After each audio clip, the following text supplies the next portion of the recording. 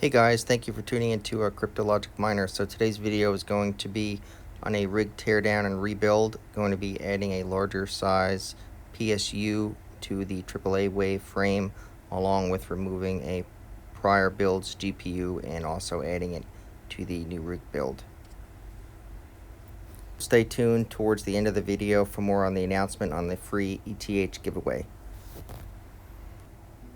So here's the 850 Corsair power supply I'm going to be swapping out, along with the 2070 on the prior build. I'm going to be removing and adding to the new AAAWave frame. So to get things started, I have chosen the Thermaltake 1050 watt power supply unit to power the rig. So I went with this particular model because it has the amount of PCIe inputs needed to run all these GPUs.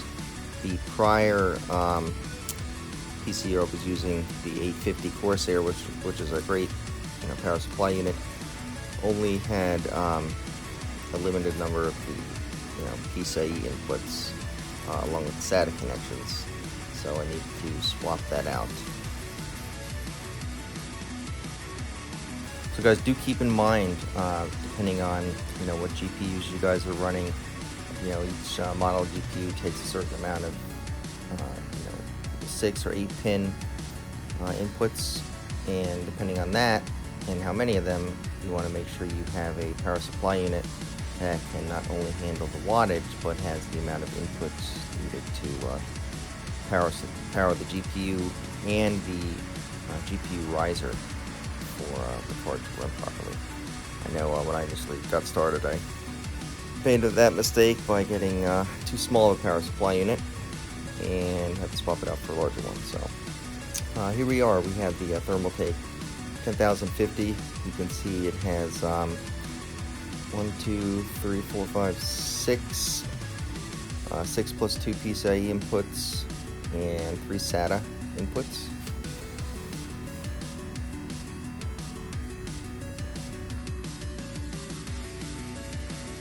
Another thing to remember is that different companies have some different wiring configurations with their wiring for the SATA and the PCIe inputs. I know I had the Corsair, and one of these SATA cables had one of the pins swapped compared to the Thermaltake, and I was trying to run the Thermaltake SATA cable on the Corsair and started to get a smoky smell and some smoke going on there, so I had to immediately turn off the rig. So that's just a heads up for future mining rig builders to make sure that you're using the proper wiring, and that the wiring, if you are going to be using other companies, matches at least what the factory wiring for that PSU lines up with, so you don't have any short-circuiting, burning or burning out. You don't want to burn out your GPU or motherboard having the wrong inputs put in. So definitely take note of that. So you can see you get a bunch of nice black cables here. SATA input, Molex. We have the 6 plus 2 for the PCIe, which is nice. Splitter. That's another thing you want to, if you can, get the the split, the 6 plus 2 8-pin PCIe cables, so that you don't have to run 2 individual PCIe inputs, which would take up an extra PCIe input slot on your PSU, which then you would not be able to run as many GPUs. So you want to make sure you get the cable that you can split, has the splitter on it. I definitely wanted to give a shout out to GPUrisers.com. They make an awesome product. These are some of the newer GPU risers they have for sale, and they come in all white, white and black, so they look real stylish and flashy. The prior ones they had was the black on red, which are great as well, but the white's pretty cool. It's something unique. compared to some other ones out there. But check them out, gpurisers.com. They make awesome stuff. Shipping is super fast. It usually goes out same day, depending on what time you order it. A great product, great tech support.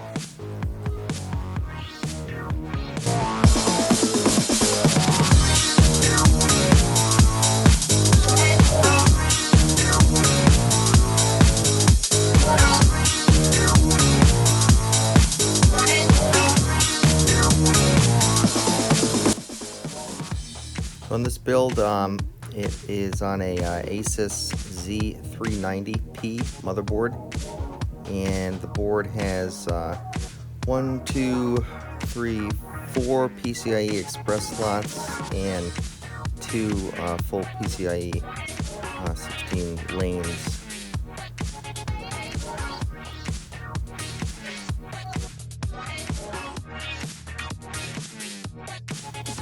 Make sure when you guys are plugging in the PCIe Express GPU riser cables that you're installing it onto the board the correct way. You can kind of fry the GPU if you plug that in the opposite way with the PCIe Express card. So make sure that little white piece or black piece that the USB is connected to is facing the correct way on the board when you're inputting it.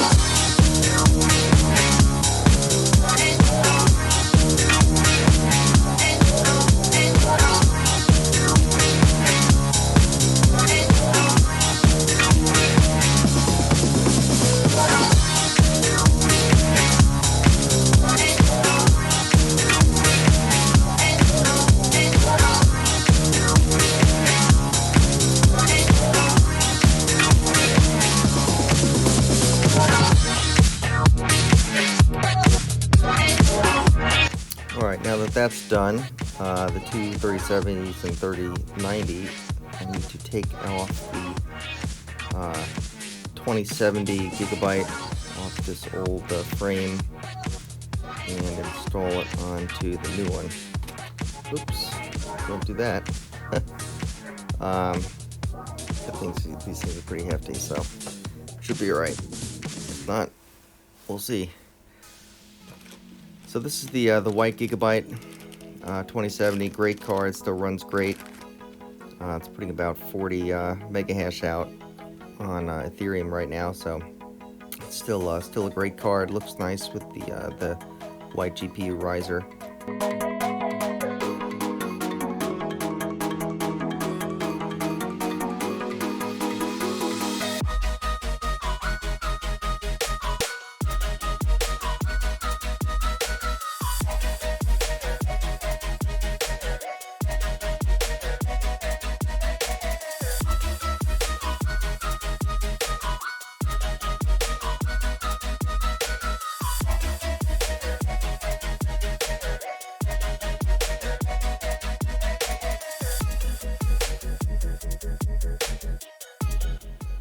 So yeah, guys, like I said before, when you are hooking up, PSUs, if you have multiple cables, do make sure you are using the right cable that coincide with the PSU that you're using.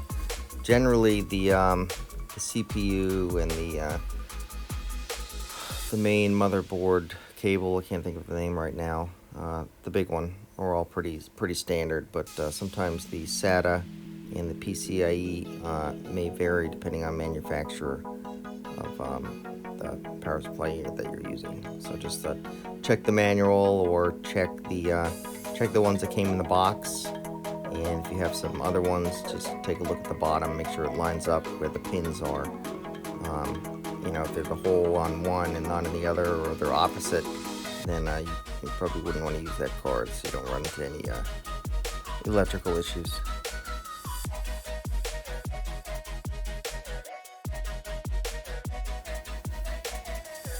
So I'll do some cable management here when this is all said and done.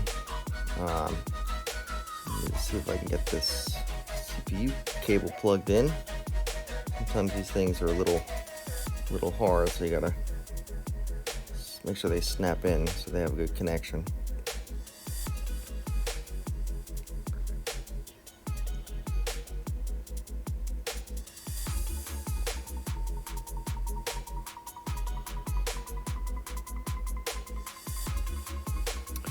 So I did a video on the 3090 unboxing not too long ago, and it's a great card. It comes with this nice little PCIe splitter, and you plug two 8 pins into it like so. And it's nice that it only has requires two 8 pins, so you don't have to have a third, or not a third, but a second PCIe cable. I know I have a 3080 Asus GPU, and that has three 8-pin inputs, so I have to use two cards, or not two cards, but two PCIe cables, which uses up 2 slots in the power supply unit, which kind of stinks because you could have added another card, but it's taken up another spot, and that's only a 3080 compared to this 3090, which is obviously a bigger card.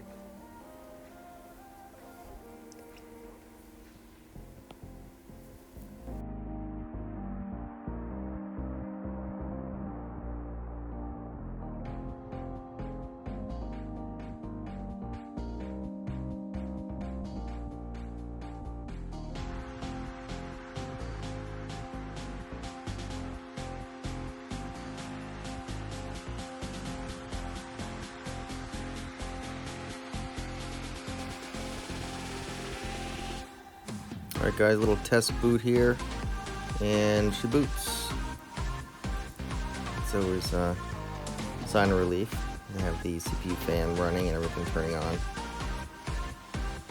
The PSU on, motherboard is on.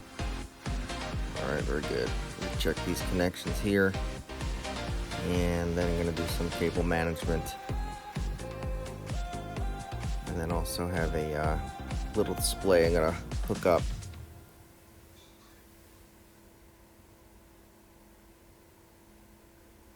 It's always good to do that test boot first before obviously doing cable management, because you don't want to do all that and then the whole thing doesn't work. It wastes a lot of time.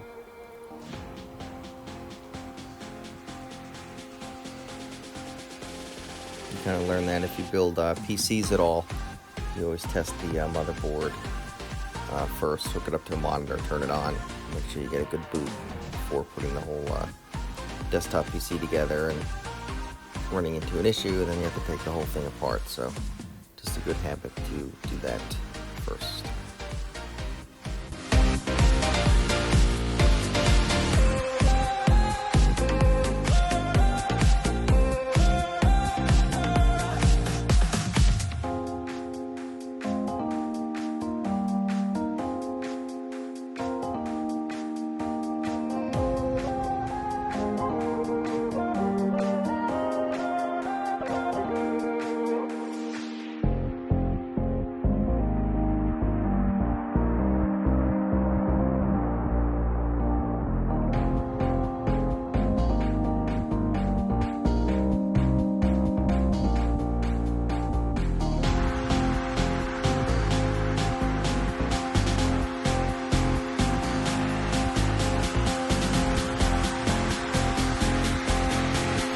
We got that all cleaned up. Let's plug in the Ethernet cord here. We have Hive OS running on a USB Patriot stick. Make sure everything is tight and connected.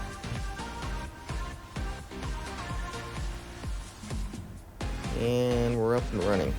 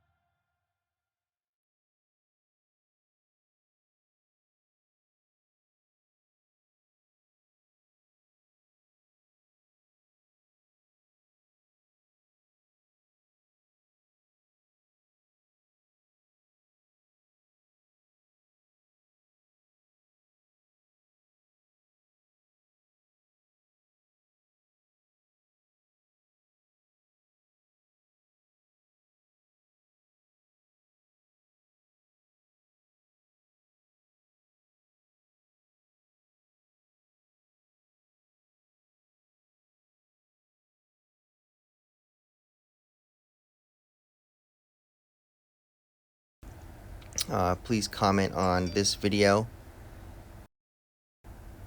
And if you guys have any technical questions or anything regarding the build, please make sure to comment on that as well. For the giveaway, post a comment to this video. Also, post your Ethereum address. And stay tuned for the announcement of the winner on the next video, which should be posted towards the beginning of June. As always, thank you guys for subscribing. Stay tuned, like, subscribe, and catch you on the next one. Peace.